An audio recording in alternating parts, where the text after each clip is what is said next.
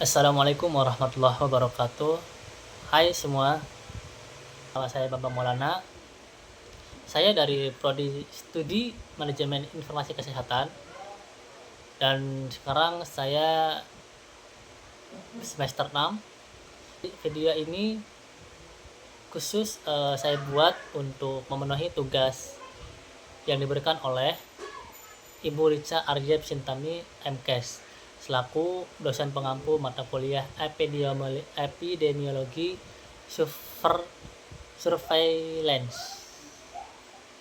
Nah, di video kali ini kita bakal bedah tuntas kenapa sih kondisi kejang itu sampai terjadi lewat bahasan preeklamsia dan eklamsia.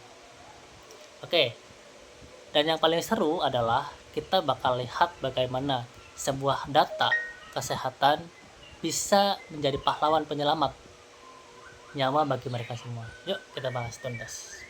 Pernah nggak sih kalian dengar cerita tentang ibu hamil yang awalnya baik-baik saja, tapi tiba-tiba saat mau melahirkan malah kejang-kejang dan bahkan sampai koma dalam dunia medis. Nah, ini adalah salah satu mimpi buruk terbesar yang paling ditakuti para ibu hamil. Oke, pertama-tama kita harus tahu dulu musuh kita terbesar itu apa sih gitu. Nah, di sini penyakit yang sebenarnya yaitu satu garis waktu yang awalnya disebut preeklamsia dan kalau semakin parah itu berubah menjadi eklamsia. Apa sih preeklamsia itu? Nah, preeklamsia itu adalah kondisi di mana ibu hamil tensinya itu melonjak tinggi, yaitu di atas 140/90. Padahal sebelumnya normal. Biasanya terjadi setelah usia kehamilan sekitar 20 minggu. Dan pas dicek urin ada kandungan proteinnya. Nah, kalau dibiarkan terus, preeklamsia ini akan meledak dan menjadi eklamsia. Apa sih itu? Yaitu kondisi darurat di mana ibu hamil mulai mengalami kejang-kejang bahkan sampai koma, sampai pingsan bisa terjadi. Nah, bagaimana sih proses patologinya dalam tubuh? Biar gampang kita bayangkan. Jadi plasenta atau ari-ari itu ari-ari bayi ya, itu kita buat ibaratkan akar pohon kan merambat ke bawah. Nah, normalnya akar itu akan melebar dan menancap ke bawah ya, terus dan nah itulah pokoknya melebar ke bawah dan ke manapun, menancap ke rahim ibu supaya aliran darah dan oksigen itu lancar. Tapi pada kasus preeklamsia, akar ini gagal melebar, pembuluh darahnya kaku dan sempit. Akibatnya, janin itu kekurangan oksigen dan mengalami stres.